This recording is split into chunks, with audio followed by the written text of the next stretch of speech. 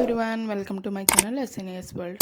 ఈరోజు ఒక కొత్త రెసిపీతో అయితే మీ ముందుకు వచ్చేసాను. కొత్తదైతే కాదు, అందరూ చేసేదే, కాకపోతే కొన్ని స్టెప్స్తో మనం ఇంకా టేస్ట్గా ఎలా చేయాలో చూసేద్దాం రండి.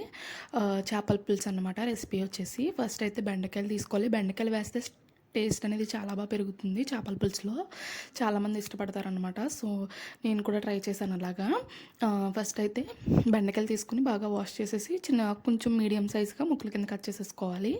అలానే టమాటాలు తీసుకోవాలి. అలానే ఉల్లిపాయలు ఫస్ట్ ఏం చేయాలంటే ఉల్లిపాయలు పచ్చిమిరపకాయలు కలిపి గ్రైండ్ చేసేసుకోవాలి. దాన్ని పక్కన పెట్టేసి మళ్ళీ సేమ్ టమాటాలు చూసాం కదా ఇందాక, టమాటాలను కూడా గ్రైండ్ చేసేసుకుని పక్కన పెట్టేసుకోవాలి. రెండునైతే కలపకూడదు. తర్వాత ఏం చేయాలంటే మనం ఎన్ని ఫిష్ ముక్కలు అయితే తీసుకుంటున్నామో వాటిలన్నిటిలో కొంచెం ఆయిల్ వేసి అలానే కారం ఉప్పు వేసుకుని ఈ పేస్ట్ చేసుకున్నాం కదా, గ్రైండ్ చేసుకున్నాం కదా, ఆ గ్రైండ్ మొత్తం మిక్స్చర్ని అంతా ఇందులో వేసేసేయాలి. అంటే ఏంటి, ఫస్ట్ మనం ఉల్లిపాయలను పచ్చిమిరపకాయలు వేసుకున్నాం కదా, గ్రైండ్ చేసిన దాంట్లో వేసేయాలి.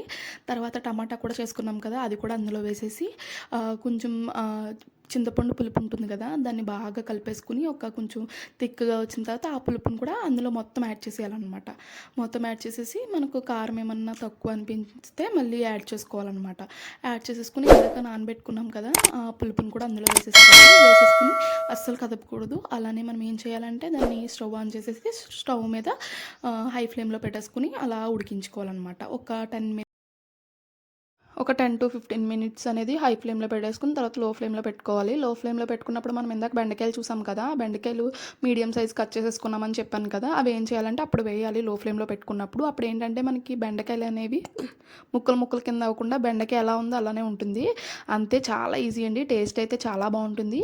మీరు కూడా ట్రై చేస్తే ఒకవేళ కామెంట్ బాక్స్లో కామెంట్ చేసేయండి. వీడియో నచ్చితే లైక్ చేసి సబ్స్క్రైబ్ చేసుకోండి. Thank you for watching.